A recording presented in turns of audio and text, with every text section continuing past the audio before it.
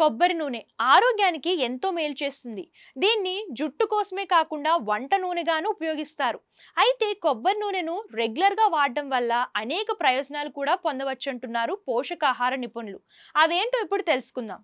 కొబ్బరి నూనెను ఆహారంలో భాగంగా తీసుకోవడం వలన జీర్ణ సమస్యలు తగ్గుతాయట. గుండె ఆరోగ్యానికి మేలు చేయడంతో పాటు ఎల్డిఎల్ చెడు కొవ్వును తగ్గించి మంచి కొవ్వును పెంచుతుంది. బరువు తగ్గడంలో కీలక పాత్ర పోషిస్తుంది. అలాగే కొబ్బరి నూనె బ్యాక్టీరియాను కంట్రోల్ చేస్తుంది. ముఖ్యంగా అన్నం ఉడికించేటప్పుడు అర స్పూన్ కొబ్బరి నూనె వేయడం వలన అనేక ప్రయోజనాలు కలుగుతాయి. ఇందులోని యాంటీ ఆక్సిడెంట్లు, లోరిక్ యాసిడ్ వలన రోగనిరోధక శక్తి పెరుగుతుంది. అలాగే షుగర్ లెవెల్స్ అదుపులో ఉంటాయి. ముఖ్యంగా టైప్ 2 డయాబెటీస్ ఉన్నవారు కొబ్బరి నూనెతో తయారు చేసిన వంటకాలు తినడం చాలా మంచిది.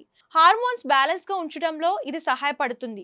అంతేకాదు కొబ్బరి నూనెను వంటల్లో వాడడం వల్ల మూడ్ స్వింగ్స్ తగ్గడంతో పాటు మానసిక సమస్యలు రావని చెబుతున్నారు.